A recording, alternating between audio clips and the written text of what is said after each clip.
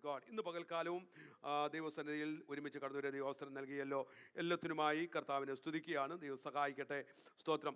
തിരുമേശയോടുള്ള ബന്ധത്തിൽ നമുക്ക് എല്ലാ ആഴ്ചയിലും നമുക്കറിയാം, ദൈവദാസന്മാരൊക്കെ ഉള്ളപ്പോൾ അവരവരുടെ ആ മെസ്സേജുകൾ ഒക്കെ കഴിഞ്ഞിട്ട് വേണ്ടുന്ന നിലയിലുള്ളതായ തിരുമേശയോടുള്ള ബന്ധത്തിൽ ഒരു സന്ദേശം നമുക്ക് കേൾക്കാനുള്ള അവസരങ്ങൾ ലഭിച്ചിട്ടില്ല. പലപ്പോഴും ഇടയ്ക്കിടയ്ക്കൊക്കെ ഈ തിരുമേശയെക്കുറിച്ചുള്ള കാര്യങ്ങൾ ഇത്തിരി കൂടെ ഡീപ്പായിട്ട് കേൾക്കുന്നതും അത് നമ്മുടെ ജീവിതത്തിൽ ഒരു അനുഗ്രഹമാണ്. ഇന്ന് പകൽക്കാലം അതിനോടുള്ള ബന്ധത്തിൽ അല്പസമയം ദൈവവചനത്തിൽ നിന്ന് ചിന്തിപ്പാനാണ് ഞാൻ താല്പര്യപ്പെടുന്നത്. നമുക്കറിയാം, തിരുമേശ എന്ന് പറയുന്നത് പല പേരുകളിൽ ഈ ശുശ്രൂഷ അറിയപ്പെടുന്നുണ്ട് അല്ലേ?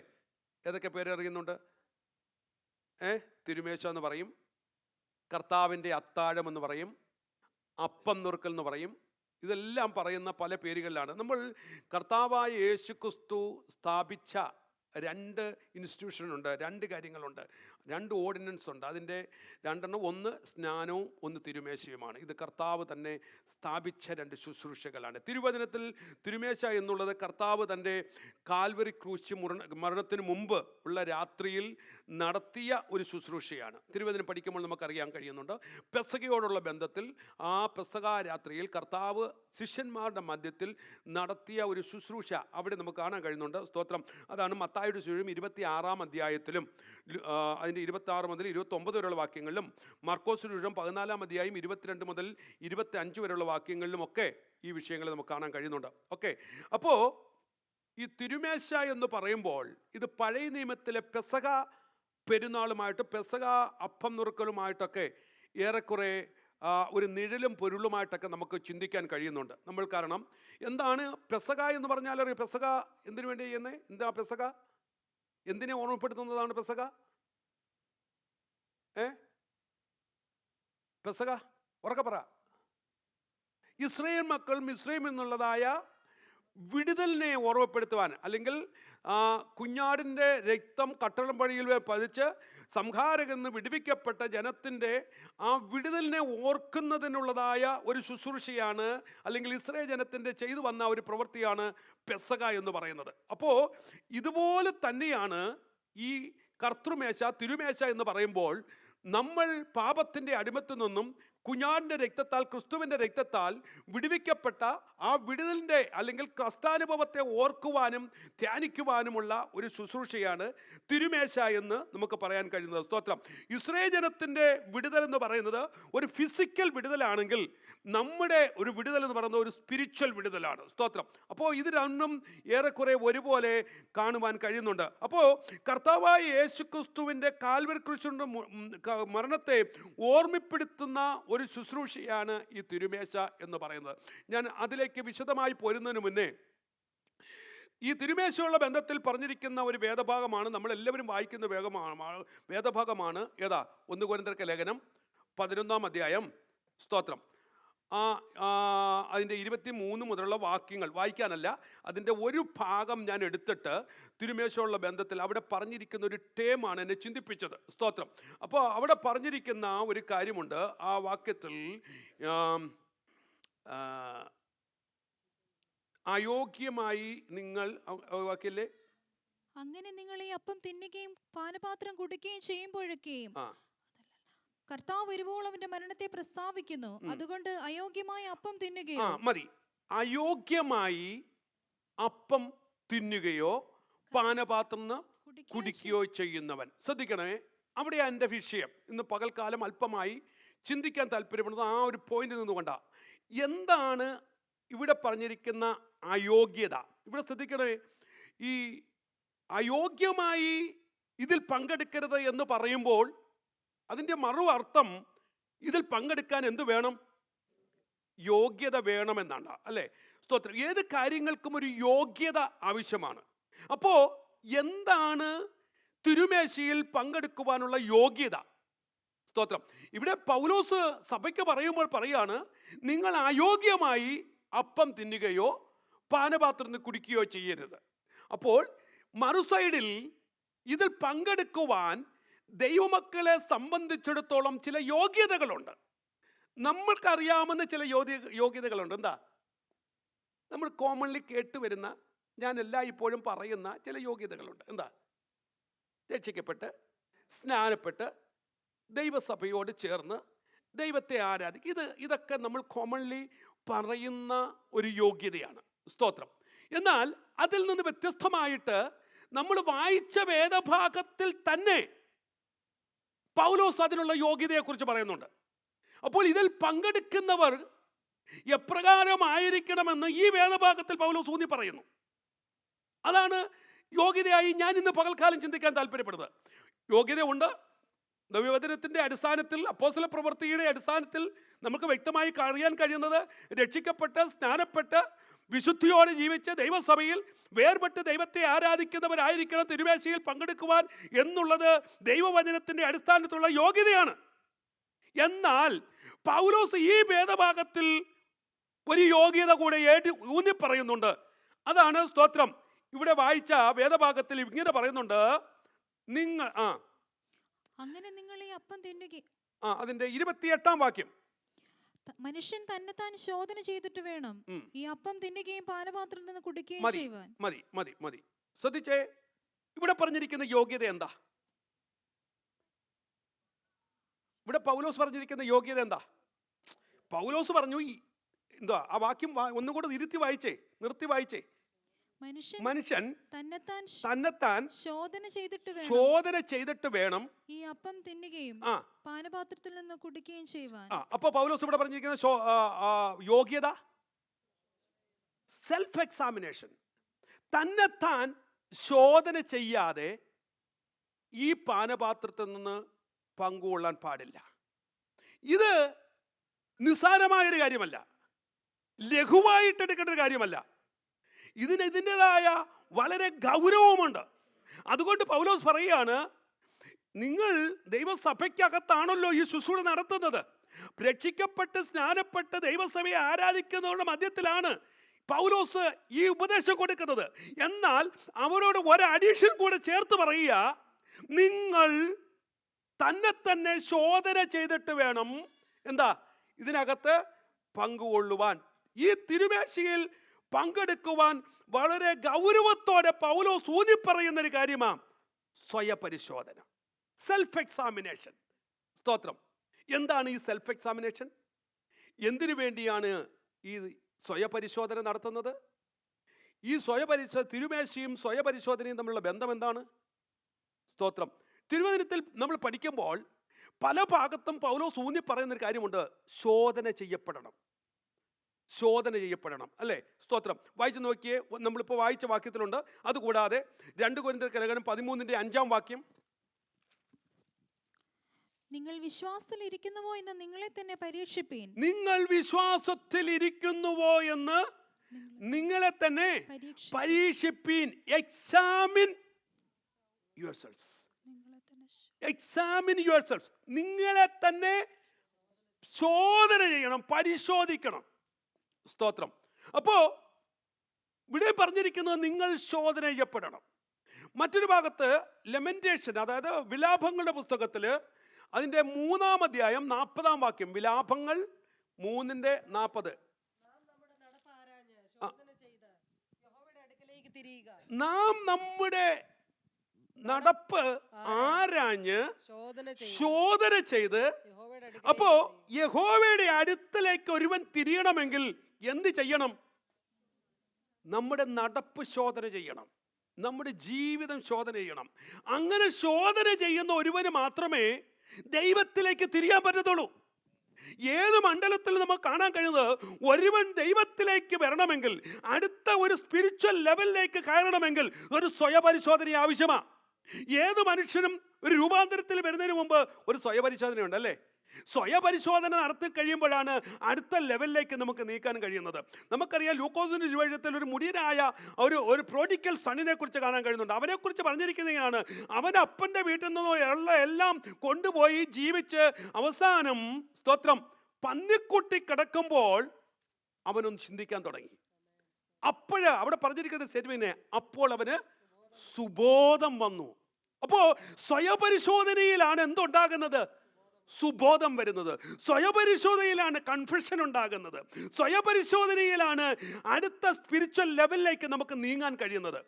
ഇത് ചെയ്യാത്തിടത്തോളം കാലം നമ്മുടെ ജീവിതത്തിൽ ഒരു മുന്നേറ്റം ഉണ്ടാകത്തില്ല. ഓൾവേസ് ദ സ്റ്റാഗ്നന്റ് ലെവലിലേക്കായിരിക്കും നിങ്ങൾ പോകുന്നത്. എല്ലായ്പ്പോഴും ഒരേ തലത്തിൽ പോകും. പക്ഷേ നിങ്ങൾക്ക് ആത്മീക മണ്ഡലത്തിൽ മുന്നേറണമെങ്കിൽ നമുക്ക് സെൽഫ് എക്സാമിനേഷൻ ആവശ്യമാണ്.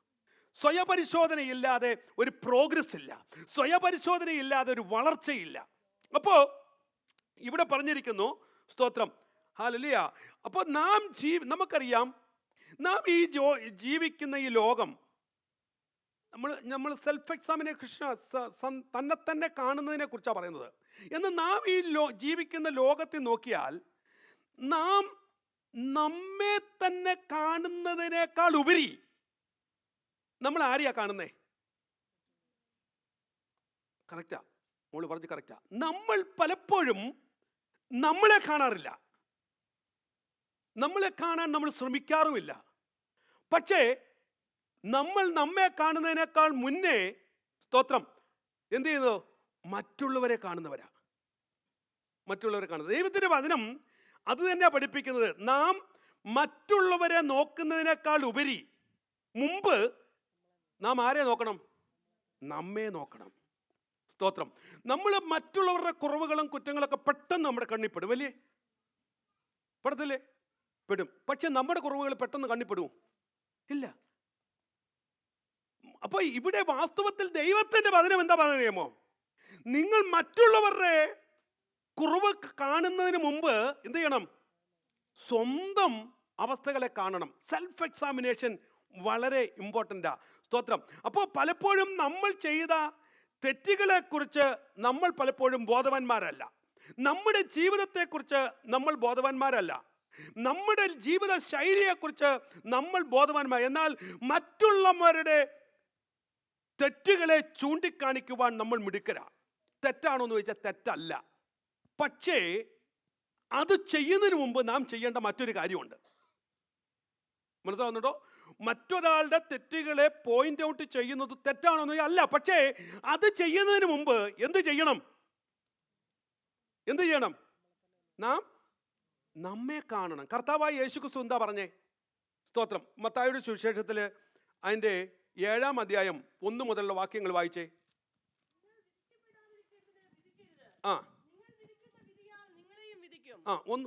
മൈക്ക് കൊടുത്ത് വായിച്ചേ. നിങ്ങൾ വിധിക്കപ്പെടാതിരിക്കുന്നത് വിധിക്കരുത്, നിങ്ങൾ വിധിക്കുന്ന വിധിയാൽ നിങ്ങളെയും വിധിക്കും. നിങ്ങളെയും വിധിക്കും. അപ്പൊ ശ്രദ്ധിക്കണേ, നമ്മൾ ഏത് വാക്കുകൊണ്ട് വിധിക്കുന്നു ആ കാര്യം കൊണ്ട് നമ്മളും വിധിക്കപ്പെടും. അതുകൊണ്ട് നമ്മൾ എന്ത് ചെയ്യരുത്? ആരെയും വിധിക്കാൻ ശ്രമിക്കരുത്. ഓക്കെ, എന്നിട്ട് പറയാ, നിങ്ങൾ അളക്കുന്ന അളവിനാൽ നിങ്ങൾക്കും അളന്ന് കിട്ടും. നിങ്ങൾ എന്ത് പ്രവർത്തിക്കുന്നോ അതായിരിക്കും നമ്മൾക്കും തിരിച്ചു കിട്ടുന്നത്. എപ്പോഴും നമ്മുടെ വായിൽ നിന്നൊരു വാക്ക് പറഞ്ഞു വിടുമ്പോൾ ഓർത്തോണം, ഇതേ നാണയത്തിൽ നമ്മൾക്ക് എന്ത് ചെയ്യും? തിരിച്ചു വരും. ഓക്കെ, അപ്പോൾ കർത്താവ് പറയുക, എന്നാൽ സ്വന്തം കണ്ണിലെ കോൽ ഓർക്കാതെ സഹോദരന്റെ കണ്ണിലെ കരട് നോക്കുന്നത് എന്ത്? അല്ല, സ്വന്തം കണ്ണിലെ കോലിരിക്കെ നീ സഹോദരനോട് നിന്റെ കണ്ണിൽ നിന്ന് കരട് എടുത്ത് കളയട്ടെ എന്ന് പറയുന്നത് എങ്ങനെ? കപടഭക്തിക്കാരാ. മതി, ശ്രദ്ധിച്ചേ. അപ്പോ അവിടെ കർത്താവ് പറയാ, താഴോട്ട് വായിക്കുമ്പോൾ നീ മറ്റുള്ളവന്റെ കോല് എടുത്തോ, പ്രശ്നമില്ല. പക്ഷേ അത് എടുക്കുന്നതിന് മുമ്പ് നീ എന്ത് ചെയ്യണം? സ്വന്തം കണ്ണിലെ കോലെടുത്ത് മാറ്റണം. എന്നിട്ട് മറ്റവന്റെ കരട് നോക്കാം. നമ്മൾ മറ്റവന്റെ കരടേ കണ്ടോളൂ, പക്ഷേ നമ്മുടെ കണ്ണി എന്തോ ഇരിക്കുന്നേ? കോലായിരിക്കുന്നേ. ഞാൻ പറഞ്ഞു, മറ്റവന്റെ കണ്ണിനകത്ത് ചെറിയൊരു നനിയേ ഉള്ളൂ, പക്ഷേ നമ്മൾ അത് പെട്ടെന്ന് കാണും. പക്ഷേ നമ്മുടെ കണ്ണിലിരിക്കുന്ന കോല് നമ്മൾ ശ്രദ്ധിക്കാറില്ല. കർത്താവ് പറഞ്ഞേ, നീ മുന്നേ എന്ത് ചെയ്യണം? നിന്റെ കണ്ണിലെ കോല് മാറ്റ്. സെൽഫ് എക്സാമിനേഷൻ ഇല്ലെങ്കിൽ, സ്വന്തമായ പരിശോധന ഇല്ലെങ്കിൽ ഇത് കാണാൻ പറ്റത്തില്ല. അപ്പോൾ സെൽഫ് എക്സാമിനേഷൻ വളരെ important. Self examination is a spiritual discipline that keeps our walk with God healthy and sincere. Self examination is very important in our life. കുഞ്ഞുങ്ങളെല്ലാം ശ്രദ്ധിക്കണം, ഇറ്റ്സ് വെരി ഇമ്പോർട്ടൻറ്റ്.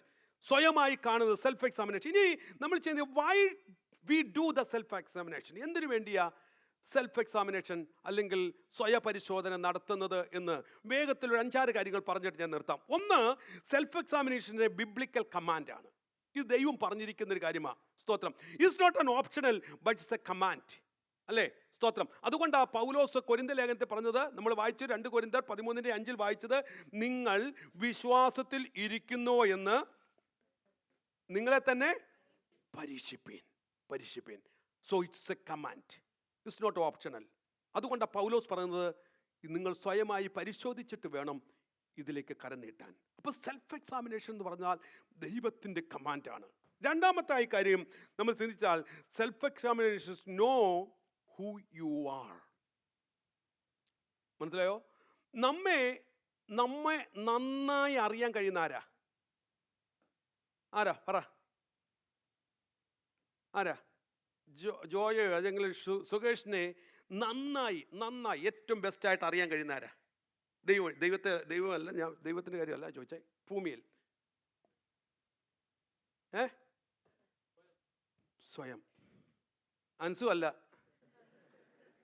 അൻസുവിന് ഒന്നും അറിയത്തില്ല. വല്ലതും അറിയാമോ അൻസു? എന്തുകൊണ്ടുണ്ടോ? വല്ലതും അറിയാമോ? ഒന്നും അറിയത്തില്ല. നമ്മൾ ഈ പുറമേ കാണുന്നൊന്നും അല്ല കേട്ടോ. കുടുംബ പ്രശ്നമാവെന്ന് പറയരുത്, വിഷമിക്കണ്ട. സ്വന്തമായി അവനവനെ അറിയത്തുള്ളൂ. ഞാൻ ആരാണെന്ന് എനിക്കേ അറിയത്തുള്ളൂ. എൻ്റെ നിരൂപണങ്ങളും എൻ്റെ ചിന്തകളും എൻ്റെ പ്രവൃത്തികളും എൻ്റെ പ്രൈവറ്റ് ലൈഫും അറിയാൻ കഴിയുന്നത് ഞാനാ. ഇവിടെയാണ് സെൽഫ് എക്സാമിനേഷൻ്റെ പ്രസക്തി. സ്തോത്രം. അപ്പോൾ നമ്മെ ആർക്കും അറിയാൻ കഴിയത്തില്ല. എൻ്റെ ജീവിതത്തെ, എൻ്റെ ചിന്തയെ, എൻ്റെ നിരൂപണങ്ങളെ, എൻ്റെ മനോഭാവങ്ങളെ, എൻ്റെ പ്രൈവറ്റ് ലൈഫ്, ഇത് ഭാര്യയ്ക്കും അറിയത്തില്ല, മക്കൾക്കും അറിയത്തില്ല, ഭർത്താവിനും അറിയത്തില്ല, പാസ്റ്റർക്കും അറിയത്തില്ല. ഇതറിയാൻ കഴിയുന്നത് നമ്മൾ ഓരോരുത്തരുമാണ്. So the self examination is very important to know who you are. നിങ്ങൾ ആരാണെന്ന് നിങ്ങൾക്കറിയണമെങ്കിൽ സ്വയപരിശോധന നടത്തണം. ഇന്ന് പകൽക്കാലം തിരുമേശയിൽ വന്ന് പങ്കെടുക്കാൻ പോകുക. നിങ്ങൾ ആരാണെന്ന് നിങ്ങൾ തന്നെ ഒന്ന് ശോധന ചെയ്യണം. നമ്മൾ ആരാണെന്ന്. ഇവിടെ ഇരിക്കുന്ന ഇരിപ്പല്ല നിങ്ങൾ. ഇവിടെ ഈ ധരിച്ചിരിക്കുന്ന വേഷത്തിൽ നിൽക്കുന്ന ഞാനല്ല ഞാൻ പറഞ്ഞ അർത്ഥം പിടി കിട്ടിയോ? അപ്പോൾ ഒരുപക്ഷെ നമുക്കറിയാം, മറ്റാരും കാണാത്തൊരു ലൈഫ് പിറകിലുണ്ട്. ഈ ചട്ടക്കൊണ്ട് പിറകിലുണ്ടാകാം. ഇവിടെ വരുമ്പോൾ നമുക്ക് നല്ല വെള്ളവസ്ത്രം, നല്ല എല്ലാ പെർഫെക്റ്റ് ആയിട്ട് നിൽക്കുന്നു, എവറിത്തിങ് ഫൈനാണ്, മറ്റുള്ള മുന്നിൽ മാന്യയാണ്, സംസാരമൊക്കെ വളരെ പൊളൈറ്റാണ്, everything fine. But think about behind that your personal life. That we should examine. അതാ നമ്മൾ എക്സാമിൻ ചെയ്യപ്പെടേണ്ടത്, അതാ നാം പരിശോധിക്കേണ്ടത്. സ്തോത്രം. അപ്പോൾ self examination is very important to know who you are. മൂന്നാമത്തെ കാര്യം, self examination is to done in God's presence. സ്വയപരിശോധനയുടെ മാനദണ്ഡം എന്ന് പറയുന്നത് നമ്മുടെ കൂടെ ജീവിക്കുന്നവരും കൂടി ഇരിക്കുന്നവരൊന്നും അല്ല, അല്ലേ? നമ്മൾ പലപ്പോഴും മാനദണ്ഡം ഇത് ചെയ്യുന്നപ്പെടുന്നത് കൂടിയിരിക്കുന്നവരെയും മറ്റുള്ളവരെയാണ്. നമ്മുടെ ലൈഫ്, അതായത് പറയാറുണ്ട്, ഞാൻ അവനേക്കാളും മിടുക്കനാണല്ലോ, ഞാൻ അവനേക്കാളും പ്രാർത്ഥിക്കുന്നവനാണല്ലോ, ഞാൻ അവനേക്കാളും എല്ലാ കൂട്ടായ്മയിലും പങ്കെടുക്കുന്നവനാണല്ലോ. ഇതൊക്കെ നമ്മൾ പറയുന്ന കാര്യങ്ങളാണ്.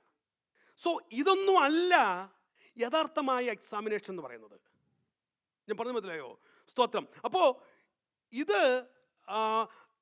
ഇങ്ങനെ താരതമ്യം ചെയ്യരുത്. അതിനേക്കാൾ ഉപരി നാം ദൈവത്തിൻ്റെ സന്നിധിയിൽ ആരാണ്, ഇവിടെ നമ്മൾ പരിശോധിക്കണം. യഥാർത്ഥമായ സെൽഫ് എക്സാമിനേഷൻ്റെ സ്വയപരിശോധനയുടെ മാനദണ്ഡം മറ്റു സഹോദരനല്ല, കൂട്ടു സഹോദരനല്ല, കൂട്ടാളിയല്ല, അതിനേക്കാൾ ഉപരി ദൈവവുമായിട്ടായിരിക്കണം. സ്തോത്രം. അപ്പോൾ സെൽഫ് എക്സാമിനേഷൻ ഇവിടെ ഇതിൻ്റെ മാനദണ്ഡം എന്ന് പറയുന്നത് ദൈവസന്നിധിയാണ്. അതുകൊണ്ട് ദാവീദ് ഒരിക്കൽ ദൈവസന്നിധി ഇരുന്ന് ദൈവത്തോട് പറഞ്ഞൊരു കാര്യമുണ്ട്. 139 സങ്കീർത്തനത്തിൻ്റെ 23, 24 വാക്യങ്ങൾ.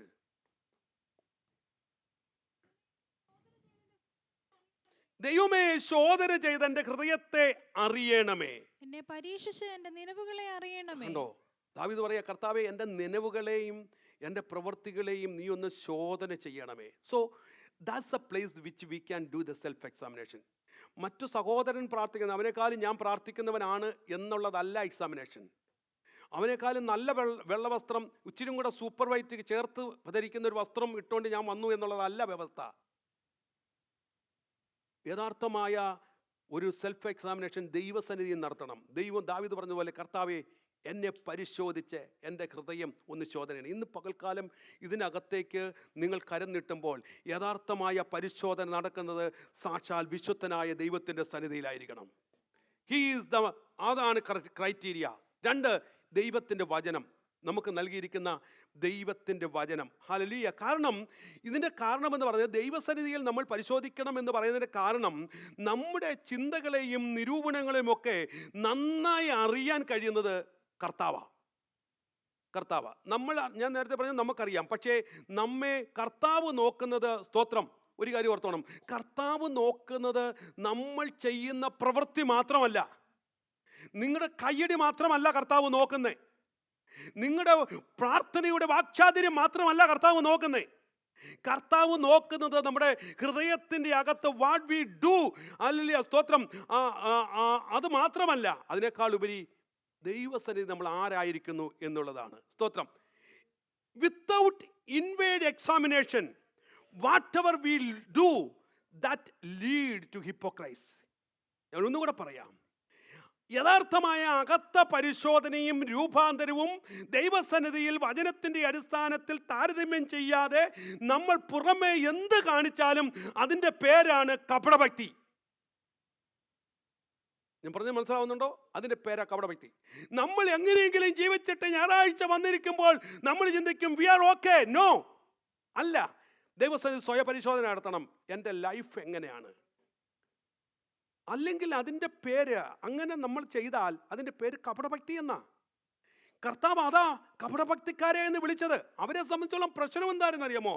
അവരുടെ പുറമേ നല്ലതായിരുന്നു, പുറമേ പെർഫെക്റ്റ് ആയിരുന്നു. അവരെ വിളിച്ച പേരുണ്ട് വെള്ളതേച്ച, ശവക്കൽ. എന്താ കാരണം? ഇന്നത്തെ ശവക്കല്ലറുകളൊക്കെ നിങ്ങൾ കണ്ടിട്ടുണ്ടോ? എത്ര മനോഹരമാ. പക്ഷേ അകത്തളത്തിൽ എന്താ കിടക്കുന്നത്? അളിഞ്ഞ അസ്ഥികുടങ്ങൾ. സ്തോത്രം. അകം വെടിപ്പാകാത്ത കിണ്ടി എന്നൊക്കെ കർത്താവ് വിളിച്ചിട്ടുണ്ട്. അപ്പോൾ ഇതിൻ്റെ എല്ലാ അർത്ഥം യഥാർത്ഥമായ സെൽഫ് എക്സാമിനേഷൻ നടക്കാതെയുള്ള പ്രാർത്ഥന, സെൽഫ് എക്സാമിനേഷൻ നടക്കാതെയുള്ളതായ ആരാധന, സ്വയപരിശോധന നടത്താതെ ദൈവസന്നിധിയിൽ ദൈവവചനത്തിൻ്റെ അടിസ്ഥാനത്തിൽ പ്രാഗൽഭ്യമില്ലാതെയുള്ള പ്രാർത്ഥനയും ആരാധനയും, ഹല്ലേലൂയ, നമ്മുടെ ജീവിതവും കപടഭക്തിയാ. അതുകൊണ്ട് self examination is very important. Hallelujah. ഇവിടെ പറഞ്ഞിരിക്കുന്നു ദൈവത്തിൻ്റെ സന്നിധിയിലായിരിക്കണം സെൽഫ് എക്സാമിനേഷൻ നടക്കുന്നത്. ഇനി മൂന്നാമതായി എന്തിനാണ് സെൽഫ് എക്സാമിനേഷൻ നടത്തുന്നത്? To reveal the sin. പാപത്തെക്കുറിച്ച് നമ്മൾക്ക് അറിയണമെങ്കിൽ, നമ്മൾ തെറ്റുകളെക്കുറിച്ച് അറിയണമെങ്കിൽ എന്ത് ചെയ്യണം? സ്വയപരിശോധന നടത്തണം. സ്വയപരിശോധന നടത്തുമ്പോഴാണ് നമ്മൾ തെറ്റുകളെക്കുറിച്ച്, പാപത്തെക്കുറിച്ചൊക്കെ നമുക്ക് എന്ത് ചെയ്യുന്നത്? ബോധം വരുന്നത്. നമുക്കറിയാം, ദൈവസന്നിധിയിൽ ദൈവവചനത്തിൻ്റെ അടിസ്ഥാനത്തിൽ സ്വയപരിശോധന നടത്തുമ്പോൾ നമുക്ക് നമ്മുടെ പാപങ്ങളെ കാണാൻ കഴിയും, നമ്മുടെ തെറ്റുകളെ കാണാൻ കഴിയും. സെൽഫ് എക്സാമിനേഷൻ ഇല്ലെങ്കിൽ ഇത് നടക്കത്തില്ല. അപ്പം നമ്മൾ എന്ത് നോക്കണം? വചനത്തിലേക്ക് വരണം. വചനത്തിൽ കൂടെ നമ്മളെ കാണണം. എന്തിനാ? യഥാർത്ഥമായി എവിടെയെങ്കിലും പോരായ്മകളുണ്ടോ, എവിടെയെങ്കിലും തെറ്റുകളുണ്ടോ എന്ന് സ്വയം പരിശോധിക്കണം വചനത്തിൻ്റെ അടിസ്ഥാനത്തിൽ. സ്തോത്രം. ഇന്ന് രാവിലെ വന്നിട്ട് കണ്ണാടി നോക്കാതെ വന്ന ആരെങ്കിലും ഉണ്ടെങ്കിൽ കൈ നോക്കിയാൽ കൊള്ളാം. കണ്ണാടി, മുഖക്കണ്ണാടി ഉണ്ടല്ലോ, കണ്ണാടി നോക്കാതെ ആരെങ്കിലും വന്നോ? ആരുമില്ലല്ലോ. എന്തിനാ നോക്കിയേ? ചുമ്മാതെ നോക്കിയതാണോ? എന്തിനാ നമ്മൾ കണ്ണാടിയെ നോക്കിയേ? ആർക്കും ഒന്നുമില്ല, ചുമ്മാ നോക്കിയതാ. കാണാൻ കൊള്ളാമോ നോക്കിയതാ. നിങ്ങളല്ലേ എന്നും നിങ്ങളെ തന്നെ കാണുന്നേ. പിന്നെ ഇന്ന് രാവിലെ മാത്രം നോക്കണ്ടേ? എന്താ, എന്തിനാ നമ്മൾ കണ്ണാടി നോക്കിയേ? പറ, ഉറക്കെ പറ. ക്രീം കൂടി പോയോ നോക്കാൻ. ഓക്കെ, ക്രീം കൂടി പോയെന്ന് നോക്കാൻ പണ്ടത്തെ അമ്മച്ചിമാരൊക്കെ നോക്കുന്ന കാര്യം ഉണ്ടായിരുന്നു. എന്തിനറിയാമോ? അടുക്കളയിലൊക്കെ ഈ കരിക്കലൊക്കെ പിടിച്ചിട്ട് കരി അങ്ങാനും കൊട്ട് കരി വല്ല ഇരിപ്പോണ്ട് നോക്കാൻ. അന്ന് പിന്നെ ഈ മേക്കപ്പ് പരിപാടിയൊന്നും ഇല്ലല്ലോ. നമ്മുടെ തന്നെ ഒന്ന് നോക്കാൻ വരുന്നതിന് മുന്നേ മറ്റുള്ളവരുടെ മുന്നിൽ ഞാൻ ഡ്രസ്സപ്പാണോ, വൃത്തികേട് വല്ല മുഖത്തുണ്ടോ, ഇതൊക്കെ ഒന്ന് കാണാനാണ് നാം നോക്കുന്നത് അല്ലേ? ഇത് തന്നെയാ കർത്താവ് നമ്മെക്കുറിച്ച് പറയുന്നത്. ഈ വചനത്തിൽ കൂടെ കണ്ടിട്ട് വേണം എൻ്റെ ആലയത്തിലേക്ക് വരാനെന്ന്. സ്തോത്രം. നമ്മൾ കണ്ണാടിയെ നോക്കും, പക്ഷെ വചനത്തിൽ നോക്കിയോ? വചനമാകുന്ന കണ്ണാടിയിൽ കൂടെ നോക്കിയിട്ട് വേണം ആരാധനാലയത്തിൽ വരാൻ. യഥാർത്ഥമായി നമ്മൾ വരുന്നത് ഹോളി പ്രസൻസിലാണ്. ഹോളി പ്രസൻസിലാണ്, ദൈവസന്നിധിയിലാണ്. അങ്ങനെയാണെങ്കിൽ ദൈവസന്നിധിയിൽ വരുവാനുള്ളതായ ഒരു ക്വാളിറ്റി എനിക്കുണ്ടോ? അപ്പോൾ ചോദിക്കും, പാപികൾ വരത്തില്ല. അത് മറ്റൊരു ഭാഗം, അതിലേക്ക് പോകട്ടെ, അതവിടെ നിൽക്കട്ടെ. ദൈവമക്കൾ തിരുമേശയോടുള്ള ബന്ധത്തിൽ കടന്നു വരുമ്പോൾ വചനമാകുന്ന കണ്ണാടിയിൽ കൂടെ സ്വന്തമായി കാണാൻ ശ്രമിക്കണം. അതാണ് സെൽഫ് എക്സാമിനേഷൻ എന്ന് പറഞ്ഞത്. ഞാൻ സമയമില്ലാത്തതുകൊണ്ട് വേഗത്തിൽ പോവുകയാണ്. സ്തോത്രം. എന്നാൽ ഒരു കാര്യം കൂടെ ഓർക്കണം. അഥവാ അങ്ങനെ കാണാൻ കഴിയാത്തത്, ദൈവമാകുന്ന നമ്മൾ സ്വയമായി പരിശോധിക്കുമ്പോൾ കാണാൻ കഴിയാത്ത ചില കാര്യങ്ങളുണ്ടാകും. നമുക്ക് മനസ്സിലാക്കാൻ കഴിയാത്ത ചില കാര്യങ്ങളുണ്ടാകും. അത് എങ്ങനെയാ കാണുന്നേ? വചനത്തിൽ കൂടെ. Holy Spirit will reveal. നമുക്ക് നമ്മുടെ ശരീരത്തിൽ എന്തെങ്കിലും ബുദ്ധിമുട്ടുണ്ടെങ്കിൽ നമ്മളിവിടെ ഹോസ്പിറ്റലിൽ എന്താ ചെയ്യുന്നത്? അകത്തെ ഒടുവല്ല കാണേ എക്സ്റേ എടുക്കും അല്ലേ? ശ്രദ്ധിക്കണേ, എക്സ്റേ എടുക്കും. എക്സ്റേയിൽ തെളിയാത്തതിനെ അടുത്ത തലത്തിൽ പോകും. എവിടെ പോകും? CT പോകും. CTയിലും തെളിയാത്തതിനെ മനസ്സിലാവുന്നുണ്ടോ? അപ്പോ എക്സ്റേ തെളിയാത്തതുണ്ട്, അടുത്ത തലത്തിൽ ആ CTയിലേക്ക് പോതെ. അതിലും തെളിഞ്ഞില്ലെങ്കിൽ പിന്നെ ഒന്നുണ്ട്, MRI. ഇപ്പൊ അതിനേക്കാളും ന്യൂനതമായ കാര്യങ്ങൾ കണ്ടുപിടിച്ചുകൊണ്ടിരിക്കുക അല്ലേ? ഓക്കെ. അപ്പൊ ഞാൻ പറഞ്ഞു വന്നതിന്റെ അർത്ഥം, നമ്മൾ പലപ്പോഴും നമ്മുടെ സ്വയം നീതി നിമിത്തം നമ്മൾ ചെയ്യുന്ന കാര്യങ്ങൾ കാണാൻ കഴിയാതെ ഓക്കെ ആണെന്ന് പറഞ്ഞ് മുന്നോട്ട് പോകുമ്പോൾ അടുത്ത ഒരു തലമുണ്ട്. അതാണ് ദൈവത്തിന്റെ വചനം. ഈ വചനത്തിൽ കൂടെയും ചിന്തിച്ചിട്ട് തെറ്റുകളെ കുറിച്ച് ബോധം വരുന്നില്ലെങ്കിൽ അടുത്ത ഒരു തലമുണ്ട്, പരിശുദ്ധാത്മാവ്. ശ്രദ്ധിച്ചേ, പരിശുദ്ധാത്മാവ്. ഈ പരിശുദ്ധാത്മാവും നമുക്ക് ബോധം വരുത്തിയിട്ട് തിരിച്ച് ഈ പരിശുദ്ധാത്മാവ് എങ്ങനെ ഇടപെടുന്നു വെച്ചാൽ ഞാൻ ഈ പറയുന്നതിൽ കൂടെയാണ്. ഇപ്പോൾ വചനം വരുന്നല്ലോ. ഈ വചനം വരുമ്പോൾ നിങ്ങൾക്ക് ചില കാര്യങ്ങൾ ബോധ്യം വരും. ഇത് അടുത്തൊരു തലമാണ്. ഇതിനെ മറുതലിക്കരുത്. ഈ വചനത്തെ മറുതലിക്കരുത്. കേൾക്കുന്ന വചനത്തെ മറുതലിക്കരുത്. സ്തോത്രം. ദൈവ വചനത്തെ ഒരു വിധത്തിലും വിമർശിക്കരുത്. ഞാൻ വേഗത്തിൽ പോകാം. ദൈവമക്കളെ, നമ്മൾ വചനത്തെ മോശമായി ചിത്രീകരിക്കരുത്. ദൈവവചനം വളരെ വിലയേറിയതാണ്. വചനത്തെ ഈ അടുത്ത സമയത്ത് സംഭവിച്ച സംഭവം പറയാം. അടുത്ത സമയത്തല്ല, കഴിഞ്ഞ ആഴ്ചയിലാണ്. ഒരു ആരാധന കഴിഞ്ഞിട്ട് ഒരു സഹോദരൻ വചനത്തെ അന്ന് ബെൽസസർ കണ്ട സ്വപ്നമൊക്കെയാണ് പറഞ്ഞത്. അപ്പോൾ ആ വചനത്തിനകത്ത് പറഞ്ഞ മെനെ ഈ മനുഷ്യൻ, ഈ പുള്ളി എന്ത് ചെയ്തെന്നറിയാമോ? ഇങ്ങോട്ട് മാറി നിന്നിട്ട് മോനെ നിന്റെ പണി നോക്കണമെന്ന് പറഞ്ഞു. മനസ്സിലായോ? ഈ വാക്കാ പുള്ളി ഉരുവിട്ടത്. പക്ഷെ ശ്രദ്ധിക്കണം, ഈ പറഞ്ഞ പിറ്റേ ദിവസം ആ ടൈമിന് മുന്നേ പുള്ളി ഒരു 12 അടി ഹൈറ്റിൽ നിന്ന് താഴെ വീണു. ഞാൻ പറഞ്ഞത് ഒരുപക്ഷെ ഇത് നാച്ചുറലായിട്ട് തോന്നാം. പക്ഷെ ഒരു കാര്യമാവും, പറയുന്ന വാക്കുകളുടെ സീരിയസ്നെസ്, ദൈവവചനത്തെ ചുമ്മാതിട്ട് പറയാനുള്ളതല്ല, അതിൻ്റെ ഗൗരവം നമ്മൾ തിരിച്ചറിയണം. അപ്പോൾ ദൈവവചനം നമ്മെ ബോധ്യപ്പെടുത്തും, തെറ്റിനെ ബോധ്യപ്പെടുത്തും. അപ്പോൾ ദൈവത്തിൻ്റെ വചനം, പരിശുദ്ധാത്മാവ്. വേഗത്തിൽ മുന്നോട്ട് പോകട്ടെ. അഞ്ചാമത്തെ കാര്യമാണ് self examination help to restore the fellowship. ബന്ധങ്ങളെ തിരുമേശയുള്ള ബന്ധത്തിലും ആരോടുള്ള ബന്ധത്തിലും ദൈവത്തിന് ഏറ്റവും ആവശ്യം എന്തറിയാമോ? കൂട്ടായ്മ ബന്ധമാണ്. ഇന്ന് ബ്രദർ പ്രദീപ് ഓർപ്പിപ്പാനിടയായി, എന്തെങ്കിലും പരസ്പരം വിദ്വേഷങ്ങളോ പകകളോ പിണക്കങ്ങളോ ഉണ്ടെങ്കിൽ ഒരു കാരണവശാലും തിരുമേശയിൽ അടുക്കരുത്. ഇത് വളരെ ഗൗരവമായ കാര്യമാണ്.